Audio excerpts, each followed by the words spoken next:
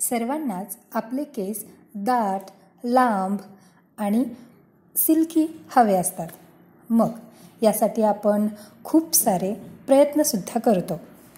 केसांच्या वाढीसाठी आपण वेगवेगळे तेल, आयुर्वेदिक तेल अनेक गोष्टी वापरून तयार करत असतो.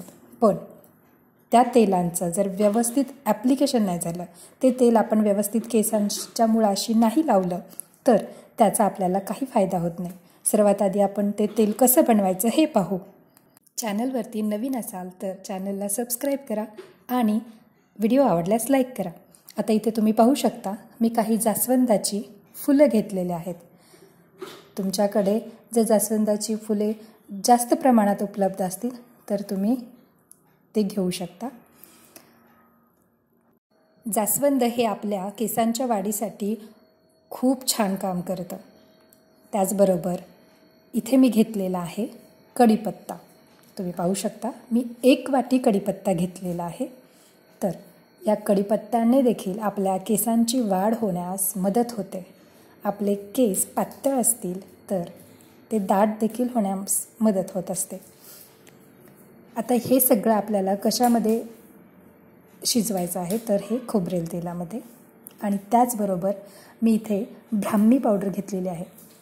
ब्राह्मी पावडर हे आपल्या केसांसाठी खूप गरजेची असते. त्याने केसांची वाढ, केसांची म्हणजे केस पातळ असतील तर ते दाट होण्याची गती वाढत असते. त्यामुळे ते नक्की वापरा. ते तुम्हाला कुठल्याही स्टोअरमध्ये उपलब्ध होईल. आता तुम्ही इथे पाहू शकता मी एक पातेलं घेतलं आहे. मंद आचेवरती ते तेल त्याच्यामध्ये टाकलेलं आहे आणि याच्यामध्ये आता जास्वंदाची फुले हे त्याच्या पाकळ्या तोडून मी टाकणार आहे.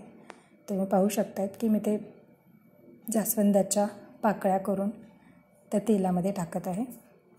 आपल्याला तेल एवढं घ्यायचं आहे की हे सगळं त्याच्यामध्ये व्यवस्थित शिजलं जाईल.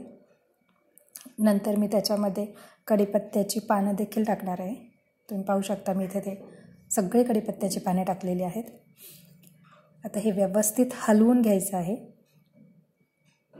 गॅस फास्ट न ठेवता मंद आचेवरतीच हे आपल्याला व्यवस्थित शिजवून घ्यायचं आहे. तुम्ही पाहू शकताय की इथे हे व्यवस्थित मी मिक्स करत आहे. आता आपल्याला त्याच्यामध्ये ब्राह्मी पावडर जी आहे ती ॲड करायची आहे. ही ब्राह्मी पावडर मी पूर्ण याच्यामध्ये टाकून ॲड केलेली आहे. आता ही पण ह्या जास्वंद आणि कढीपत्त्यासोबत व्यवस्थित आपल्याला शिजवून घ्यायची आहे. आता हे सगळं तेलामध्ये टाकून शिजवून घेतल्यामुळे या तेलामध्ये कढीपत्ता, जास्वंद आणि ब्राह्मी या तिन्ही गोष्टींचा अर्क पूर्णपणे उतरेल. आता मी गॅस बंद केलेला आहे. तुम्ही पाहू शकता. आता हे तेल आपल्याला थंड करायचं आहे आणि त्यानंतरच एका गाळणीच्या सहाय्याने ते गाळून घ्यायचं आहे. तुम्ही पाहू शकता. आता हे गाळलेलं तेल आपल्या केसांच्या मुळाशी लावायचं आहे. ते कसं लावायचं तेही आपण पाहणार आहोत. हे तेल केसांच्या वाढीसाठी अत्यंत फायदेशीर ठरतं. प्रत्येकानेच हे तेल आपल्या केसांना लावायचं आहे. केसांच्या मुळांशी लावल्यानंतर शक्य असेल तर ते रात्री लावून रात्रभर तसंच राहू द्या आणि मग दुसऱ्या दिवशी सकाळी ते धुवा. आता इथे सगळं तेल त्या गाळणीने पूर्णपणे शोधलं गेलेलं नाही.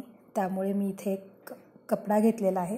त्या कपड्यामध्ये राहिलेला जो अर्क आहे तो टाकलेला आहे आणि आता तो मी पूर्ण पिळून घेणार आहे.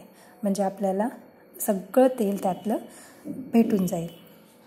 तुम्ही पाहू शकतायत की याच्यामध्ये देखील खूप सारं तेल राहिलं होतं.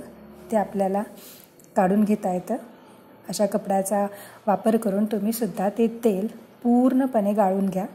आणि आता हे तेल एका कापसाच्या बोळाने तुम्ही तुमच्या स्काल्पला व्यवस्थित लावायचं आहे.